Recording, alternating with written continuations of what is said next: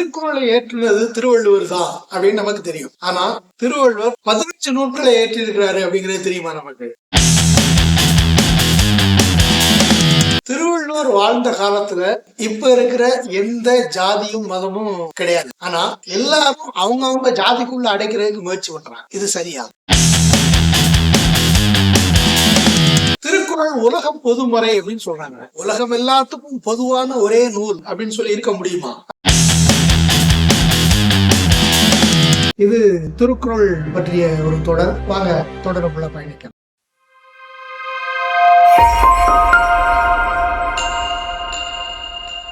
இந்த காணொலியை நீங்க சப்ஸ்கிரைப் பண்ணாம பார்த்துக்கிட்டு இருந்தீங்கன்னா சப்ஸ்கிரைப் பண்ணுங்க. இந்த பதிவு குறித்து உங்களுடைய கருத்து என்ன மாதிரி இருந்தாலும் சரி, அதை நீங்க கமெண்ட்ல பதிவு பண்ணுங்க.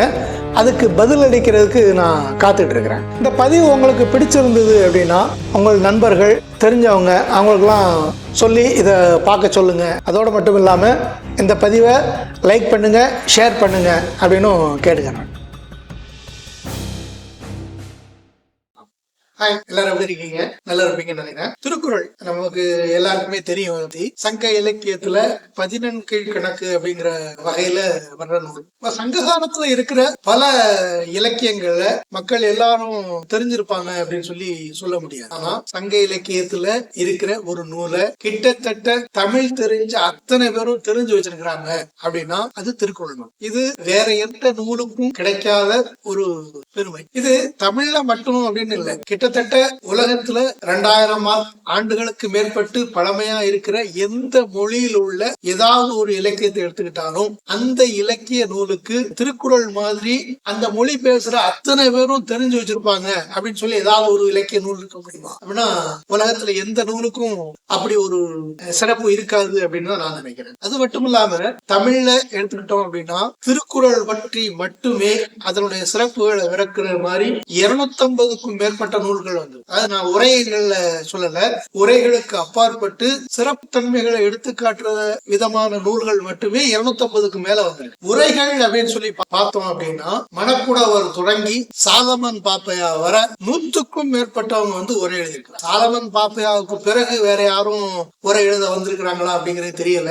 கவிஞர் வைரமுத்து தானும் திருக்குறளுக்கு உரை எழுத போறதா சொல்லி இருக்கிறாரு. ஆனா அது இன்னும் வெளிவரல. இது மட்டும் இல்லாம கிட்டத்தட்ட உலகத்தில் உள்ள 80க்கும் மேற்பட்ட மொழிகள்ல திருக்குறள் வந்து மொழிபெயர்க்கும். உலகத்திலேயே அதிகம் பிற மொழிகள்ல மொழிபெயர்த்த நூல்கள்ல 3வது இடத்துல திருக்குறள். சரி, திருவள்ளுவர் திருக்குறளை மட்டும்தான் எழுதினாரா அப்படின்னா அப்படி சொல்ல முடியல. திருவள்ளுவர் எழுதினாரா 15 நூல்கள் பட்டியலிடப்பட்டு, அது எல்லாத்தையும் திருவள்ளுவர் தான் எழுதினாரா அப்படிங்கிறதுக்கு உறுதியான சான்று எதுவும் இல்லை அப்படின்னாலுமே கூட திருவள்ளுவர் எழுதினதா வந்து பட்டியலிடப்பட்டு. திருக்குறளுக்கு வந்து திருக்குறள் அப்படின்னு தான் தொடக்கத்துல இருந்தே பேரா அப்படின்னா அப்படி இல்லை. தொடக்கத்துல முப்பால் அப்படிங்கிற பேர்லதான் திருக்குறள் வந்து அறியப்பட்டிருக்கு. ஆனா பின்னாடி எப்போ அது திருக்குறள் அப்படின்னு மாறிச்சு, யாரு மாத்துனது அப்படிங்கிற விவரம்லாம் வந்து தெரியல. அதே மாதிரி திருவள்ளுவருடைய படம், திருவள்ளுவருடைய உருவப்படம் அப்படின்னா ஒரு தாடி மீசையோட, ஜடாமுடியோட,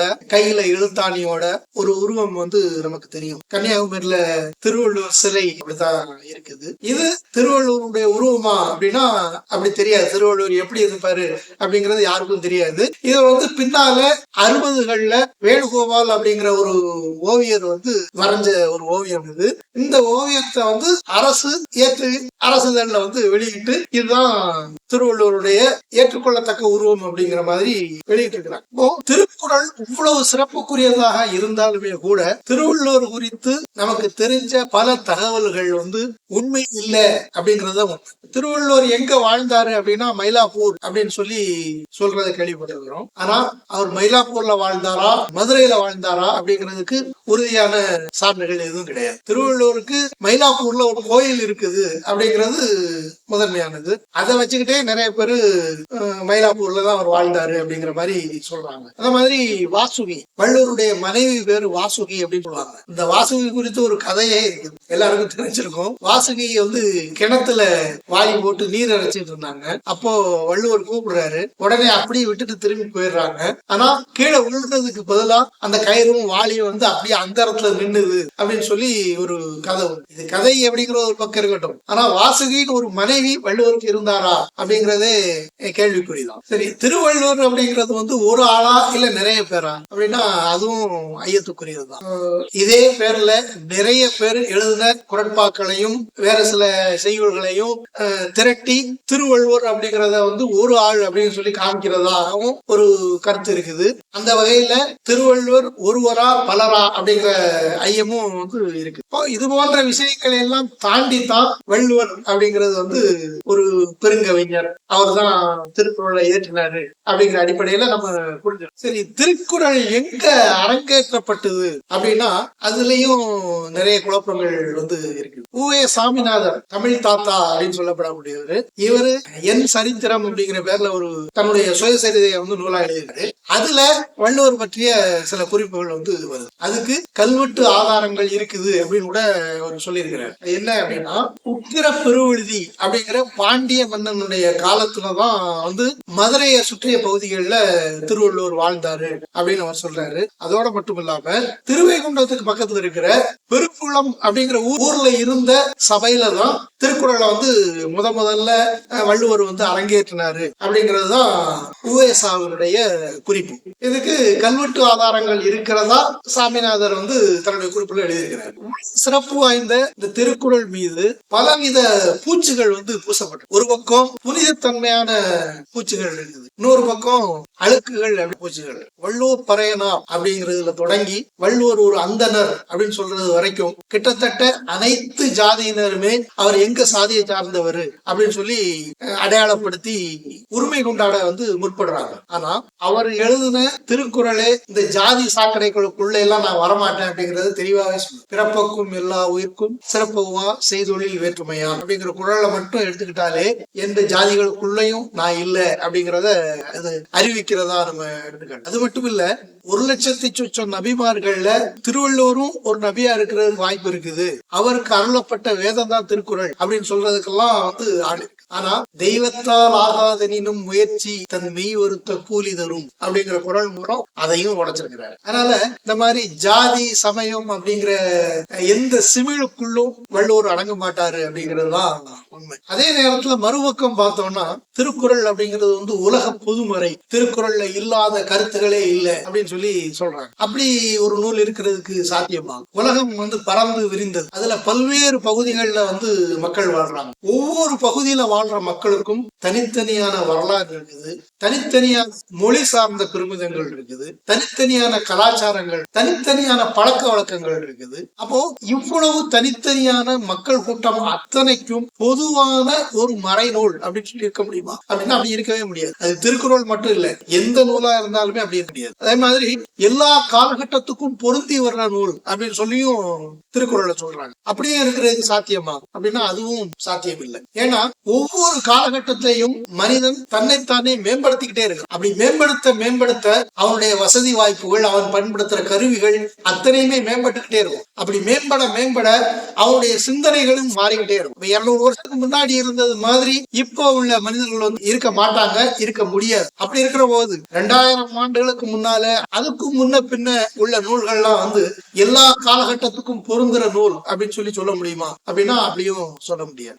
இதுதான் வந்து இங்க சிக்கலா இருக்கு. நூற்றுக்கணக்கானவங்க திருக்குறளுக்கு உரை எழுதியிருக்கிறாங்க. இந்த உரைகள் எல்லாம் பார்த்தோம் அப்படின்னா அதுல அவங்களுடைய கருத்து வந்து முன்வைக்கப்பட்டிருக்குமா அப்படின்னா அப்படிதான் இருக்கும். அவங்களுடைய பார்வையில தான் எல்லாருமே வந்து பார்ப்பாங்க. அப்ப அந்த அடிப்படையில திருக்குறளுக்கான உரைகள்லயே வந்து நிறைய வித்தியாசங்கள் வந்து இருக்குது. எடுத்துக்காட்டுக்கு பரிமேலழகர் அப்படின்னு எடுத்துக்குவோம். பரிமேலழகருடைய உரையத்தான் பெரும்பாலான உரையாசிரியர்கள் வந்து மேற்கோளா எடுத்துக்கிட்டு இருக்கிறாங்க. ஆனா பரிமேலழகர் தான் திருக்குறளை திரிக்கிறதுல முதன்மையான பங்கு வகிச்சிருக்கிறாரு அப்படின்னு சொல்றவங்களும் இருக்கிறாங்க. அப்போ நமக்கு ஒரு கேள்வி வருது, திருவள்ளுவர் இப்ப இருக்கிற அந்த பொருள்களை எல்லாம் கடந்து திருக்குறளை எழுதும்போது என்ன பொருள் எழுதினாரு அப்படி தெரிஞ்சுக்கிறதுக்கு வாய்ப்பு இருக்குதா? அப்படியான ஒரு முயற்சியா இந்த தொடர் இருக்கணும் அப்படின்னு சொல்லி நான் விரும்புறேன். திருவள்ளுவர் திருக்குறளை என்ன நோக்கத்துல எழுதினாரோ அதே நோக்கத்துல பொருள் கொள்ள முடியுமா அப்படிங்கிறது தான் என்னுடைய முயற்சி. ஆனா இந்த முயற்சி 100% சரியா சரியா இருக்கும் அப்படின்னு சொல்லி என்னால சொல்ல முடியாது. ஏன்னா திருக்குறளை நான் எப்படி புரிஞ்சுக்கிறேனோ அப்படித்தான் என்னால வெளிப்படுத்த முடியும். அதனால இது என்னுடைய பார்வை அப்படின்னாலும் அதுல மாற்றுக்கிறது ஒண்ணு இல்லை. அந்த அடிப்படையில பார்க்க போனா திருக்குறள் அப்படிங்கிறது வந்து நிலவுடைமை காலகட்டத்துல வந்த நூல். இப்போ நிலவுடைமை காலகட்டத்துல வந்த நூல் அப்படின்னா அந்த சூழலுக்கு ஏற்ப அந்த வாழ்முறைக்கு ஏற்ப உள்ள கருத்துக்களை தான் வந்து அதுல சொல்லப்பட்டிருக்கும். அந்த அடிப்படையில இருந்துதான் அதை நம்ம பார்க்கணும் அப்படின்னு நான் நினைக்கிறேன். திருக்குறள் 1330 குறள்பாக்கள் இருக்குது. அது ஒரு அதிகாரத்துக்கு 10 குறள் வீதம் 133 அதிகாரமா தொகுக்கப்பட்டிருக்குது அப்படிங்கறதும் நமக்கு தெரியும். இதுல நான் என்ன வடிவத்துல இதை செய்யலாம் அப்படின்னு உத்தேசிக்கிறேன் அப்படின்னா, ஒவ்வொரு அதிகாரத்தையும் எடுத்துக்கிட்டு அந்த அதிகாரத்தில் உள்ள 10 குறட்பாக்கள், அந்த 10 குறள்ல அன்றைய காலகட்டத்துக்கு இது என்ன மாதிரி பொருள்கள்ல முடியும், என்ன பொருள்ல இருந்து திருவள்ளுவர் இதை சொல்லியிருக்கிறதுக்கான வாய்ப்பு இருக்குது, அன்றைய காலகட்டத்தை திருக்குறள் என்ன விதத்துல எதிரொலிக்குது, ஒருவேளை அன்றைய கால சூழ்நிலையுடைய புதிதான மாற்றங்கள் எதையும் அந்த குறள் போருதா, இப்ப இன்றைய காலகட்டத்துக்கு அந்த குறள் பொருத்தப்பாடோட இருக்குதா இல்ல மாறுபாடோட இருக்குதா அப்படிங்கிற விஷயங்கள் குறித்துதான் நான் பார்க்கலாம் அப்படின்னு நினைக்கிறேன். அந்த அடிப்படையில இதை ஒரு முன்னுரை அப்படின்னு எடுத்துக்கிட்டோம்னாலும் அடுத்த பகுதியில இருந்து அந்த மாதிரி குறட்பாக்களை வந்து நம்ம பார்க்கலாம். மீண்டும் அடுத்த ஒரு பதிவுல சந்திக்கிறது வரை நன்றி.